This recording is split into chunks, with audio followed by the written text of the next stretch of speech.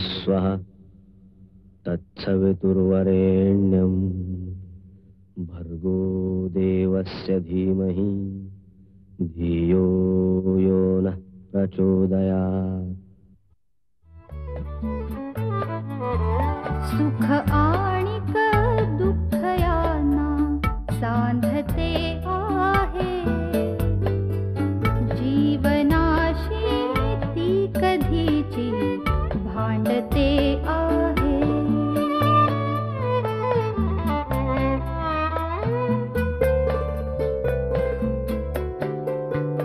दोन डोळ्यांनी मुक्याने बोलताना ती वेगळे काहीतरी बघ सांगते आहे।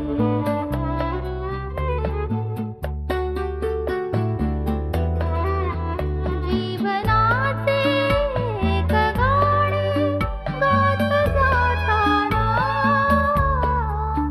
वेगळीशी चाल त्याची बांधते आहे। जीवनासाठी जणू ही अकस्मिता, सुखाणिक दुःख वेडी अवंतिका।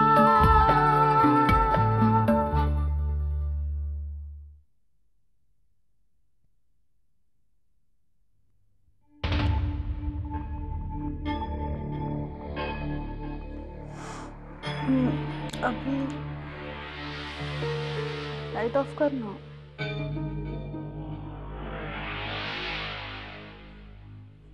अब जाना, लाइट ऑफ कर ना।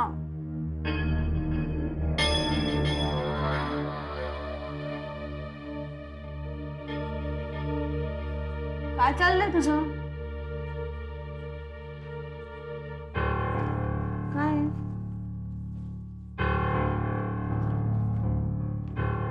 मम्मांचे रिपोर्ट्स आहेत, सगळे नॉर्मल आहेत।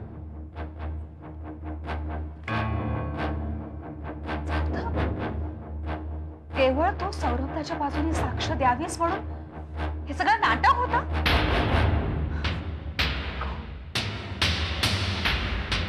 मला फसवलंय, मला फसवलंय यश।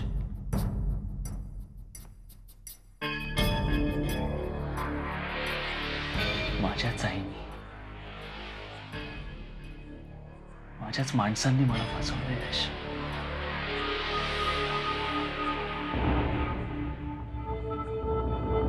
का? She used me, Ash.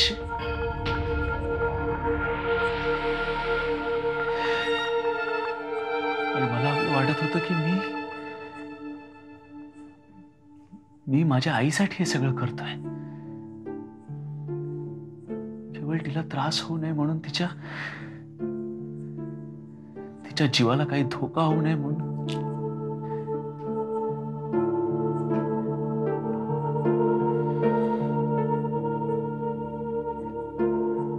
To speak to her.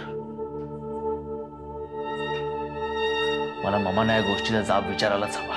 हा बघ Ash, let me go. Abhi please ऐक माझं। ही फाईल तुझ्या हातात चुकून पडली आहे ना, ही फाईल आता तुझ्याचकडे राहून दे आणि ही जाऊन अभिला दाखव। अरे म्हणजे तिला कळेल खरं काय आणि खोटं काय ते। तिची अवस्था माझ्यासारखी झाली असेल रे, तिला कळलंच नसेल तू असं का वागलास।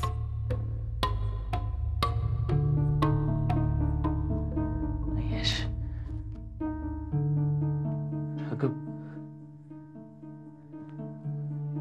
कोणत्या तोंडाने जाऊ मी तिच्यासमोर? तिकडे कोर्टात माझा भाऊ तिच्यावर नको नको ते आरोप करत राहिला आणि मी गप्प राहून सगळं ऐकत राहिलो। No Ash, I can't face her now. Abhi म्हणूनच मी तुला सांगते, ही फाईल आपण आपल्याचकडे ठेवूया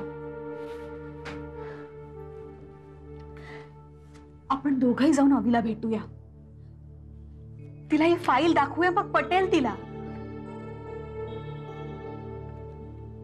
आणि तू जे काही आजारी आईसाठी केलंस ना, ते सगळं बरोबर होतं.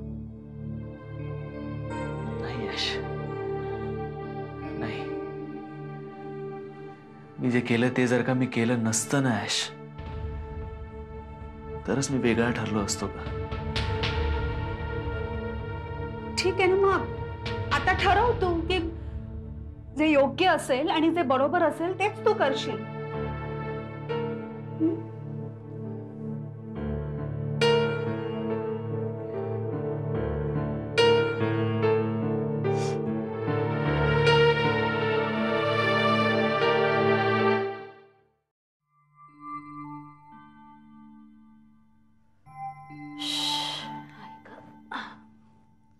अहो, जरा पहाटे 5:30चा गजर लावा. काय काय म्हणालीस? कसला एवढा विचार करताय? अगं नाही, काय करू सांग ना. जरा पहाटेचा गजर लावा 5:30चा. तू लाव की. नाही हो, मला नाही जमत. मी लावला ना की 15 मिनिटं आधी तरी होतो किंवा नंतर तरी होतो. मला एक सांग, तुला गजरची गरज काय? पण रात्रभर जागीच तर असतेस. सारखी उठून काय बसतेस? पाणीच काय पितेस? माझ्या अंगावरची चादर काय सारखी करतेस? ती रीमा असली की तिच्या खोलीत काय डोकावून बघतेस? हे मला सांगता याचा अर्थ तुम्ही जागेच असता. बरोबर तुम्हाला जमतं. झोप येत नसताना तसंच दडपून झोपून राहणं. तेवढी शरीराला विश्रांती. पण आज मात्र खरंच मला छान झोप लागेल. या मैथिलीच्या साक्षीमुळे ना डोक्यावरचं अगदी ओझं कमी झालंय. आणि मनावरचं वाढलं. ते कसं काय? तुला असं नाही वाटत मैथिलीने कोर्टात साक्ष देऊन खूप मोठं धाडस केलं? या धाडस कसलं? जे घडलं ते तिने सांगितलं. त्याचा तिच्या वैयक्तिक आयुष्यावर काहीच परिणाम होणार नाही. त्याचा आपण का विचार करायचा? का ती आपली मुलगी नाही म्हणून? नाही सुलभा, जशी आपली मुलगी फसवली गेली तशीच मैथिली सुद्धा फसवली गेली. दोघींवरचा अन्याय सारखाच आहे. अवंतिका लग्न होऊन फसली, मैथिली लग्न झालं नाही म्हणून फसली. हे बघा, जगात सगळ्यांनाच एकदम सुखी नाही होता येत. पण जे सुखी होऊ शकले नाहीत त्याची नोंद तर घेऊ शकतो ना आपण. सुलभा, तुझ्या लक्षात येते का, अवंतिकाचं लग्न झालेलं होतं म्हणून तिला कोर्टासमोर दाद मागण्याचा अधिकार मिळाला. मैथिलीचं काय? तिने कोणाकडे दाद मागायची? कोण देणार तिला न्याय? अशा वेळी अवंतिकाला न्याय मिळावा म्हणून ती कोर्टासमोर उभी राहिली. अवंतिका जिंकेल, मैथिलीला काय मिळेल? समाधान असेल. तू म्हणतेस तसंही असेल कदाचित. आपण आता एवढंच करू शकतो की ती मैथिली सुखी व्हावी म्हणून देवाकडे प्रार्थना करू शकतो. अवंतिका म्हणत होती ना, तो शेखर या सगळ्या गोष्टींचा स्वीकार कसं काय करेल काय सांगता येत नाही. खरंय हो तुम्ही म्हणता ते. ही गोष्ट माझ्या लक्षातच आली नाही. मुलीच्या प्रेमापोटी हे जाणवलंच नाही. कसं होईल या मैथिलीचं कुणाच ठाऊक.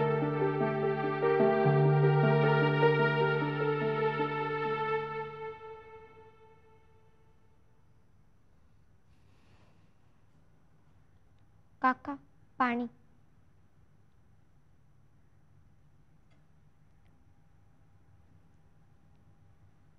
आज आई नाही आली? नाही बाळा, आज मी चालू तुझ्या बाबांना भेटाय. तिची साक्ष झाली कोर्टात? तू खेळायला गेली आज? नाही, बाबांनी नाही पाठवलं. हा?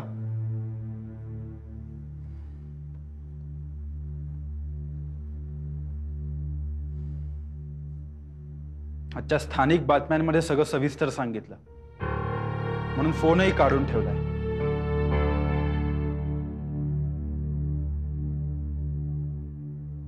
मयूला म्हटलं की कोणाला काय उत्तर द्यायचा याचा गृहपाठ नीट करून जाऊ आणि मगच खेळायला जाऊ.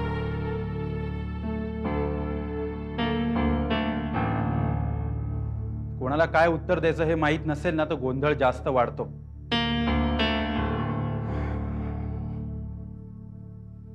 शेखरराव,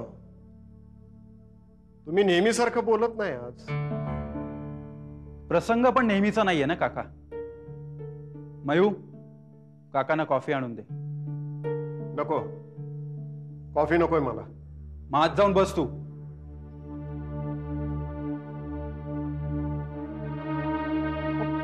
नाहीतरी तिने बातम्यात समजा ऐकलंयच ना, मग कशाला पिटाळताय तिला?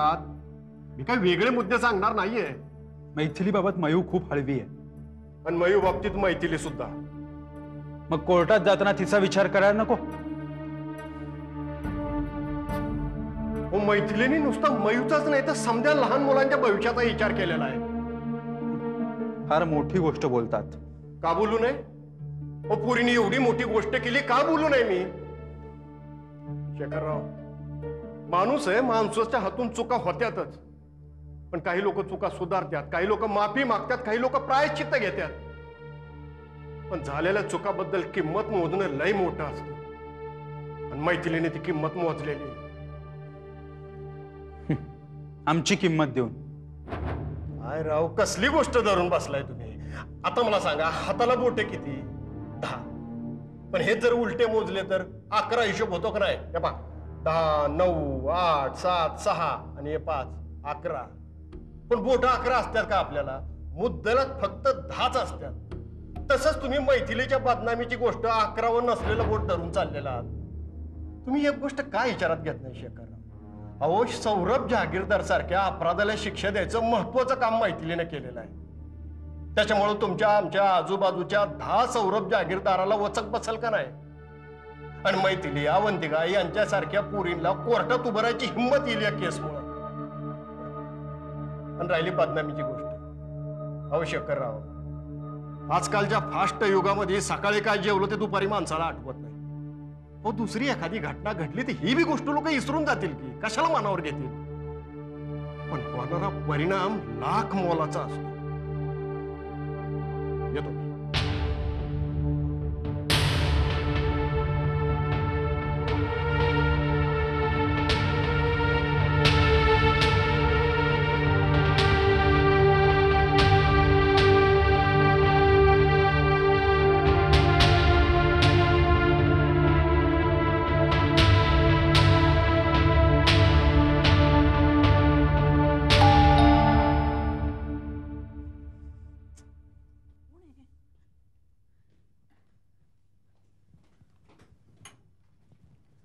अरे, तुम्ही?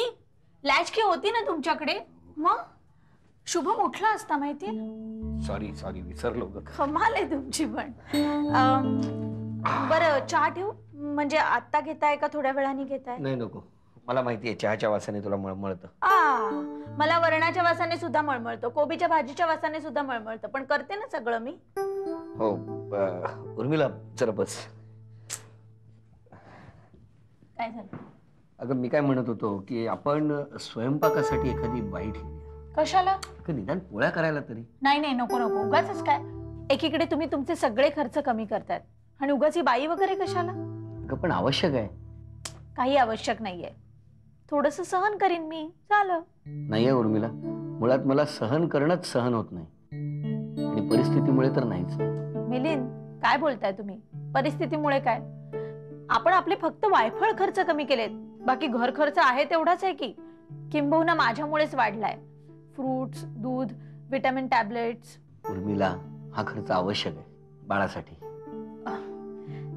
पण मिलिंद, आपल्याला जेव्हा बाळ होईल तेव्हा आपला बिझनेसही सेट झालेला असेल. आता आपल्याकडे 2 मुलं कामाला आहेत. कदाचित आणि थोड्या दिवसांनी आणि 2 मुलांची आपल्याला गरज लागेल. आपल्या शॉपच्या मागे ती जागा आहे ना, तीही काही दिवसांनी आपण विकत घेऊ शकू. बाळ खरंच लकी आहे आपलं.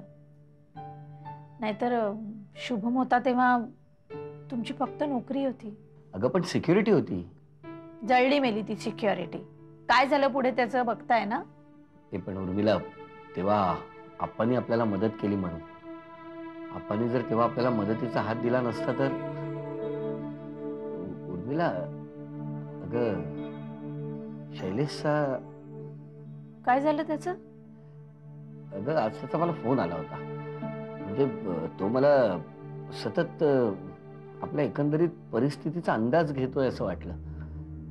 तू काय बोलली नाहीस ना त्याला? नाही, असं तो म्हणाला. नाही नाही, तो नाही तसं म्हणाला, पण काय ना उर्मिला, की आपण सुखात आहोत असंच सगळ्यांना वाटलं पाहिजे. उर्मिला, तू आहेस ना सुखात? हो. असं काय बोलताय तुम्ही? मी चहा ठेवते.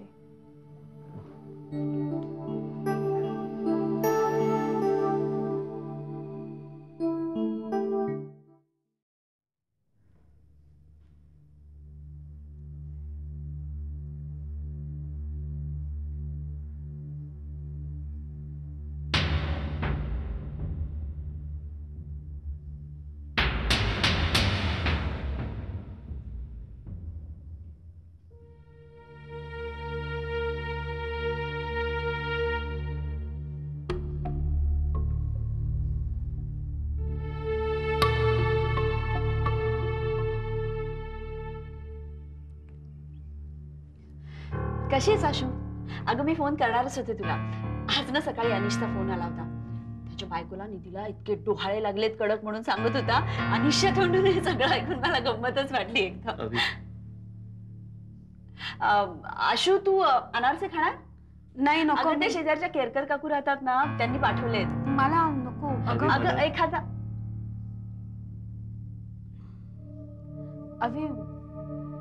अभिषेकला तुला. आशू, एक डिझाईन बनवलं मी, मला तुला दाखवायचंच होतं ते.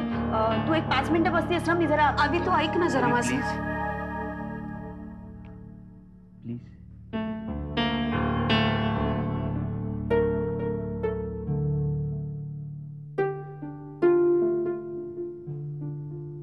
आय एम सॉरी अभी. Really very sorry. प्लीज बोल माझ्याशी अभी, प्लीज. तू हवं तर मार मला अभी. प्लीज अशी गप्प राहू नकोस अभी.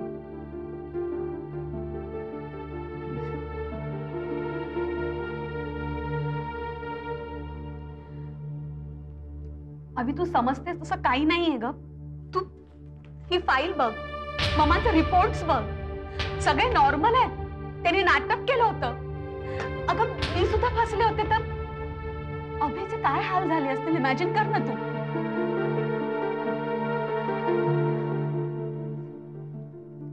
ममाने ना सगळं नाटक केलं होतं आर्य आणि कनूची कस्टडी मिळवण्यासाठी. नाही अशू, तुला कळलंच नाहीये. तुलाही कळलं नाही आणि मला सुद्धा. अगं नातवंड आहेत फक्त बहाणा झाला. त्यांची खरी जिद्द आहे जिंकायची. त्यांची धडपड केवळ केस जिंकण्यासाठी चालली. आर्याची कस्टडी हे त्यांच्या विजयाचं प्रतीक आहे. अगं त्यांच्या मुलांना सुखी ठेवाव्यात म्हणून त्यांना बायका हव्यात. त्यांच्या घराण्याला वंशज मिळावेत म्हणून त्यांना सुना हव्यात. त्यांना आपल्यामध्ये काही इंटरेस्ट नाहीये, काहीही नाही. आपल्याला त्यांच्या आयुष्यात काहीही स्थान नाहीये.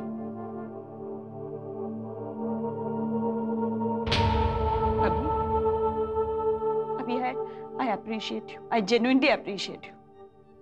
आपल्या आजारी आईसाठी तू आपलं कर्तव्य पार पाडलंस अगदी चोखपणे.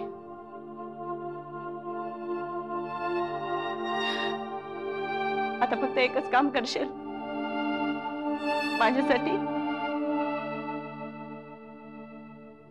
माझ्यासाठी एक कर्तव्य पार पाडशील.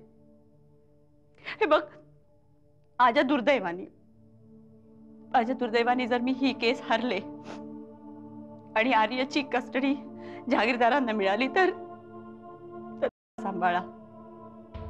त्याच्यावर चांगले संस्कार करा. त्याला एक चांगला माणूस बनवा, खरं बोलणारा माणूस.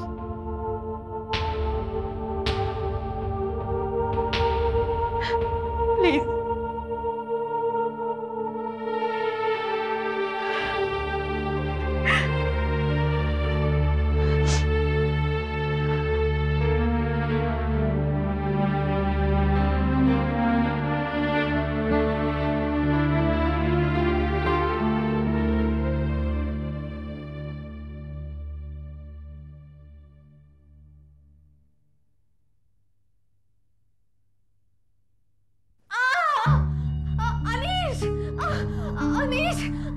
काय झालं निधी?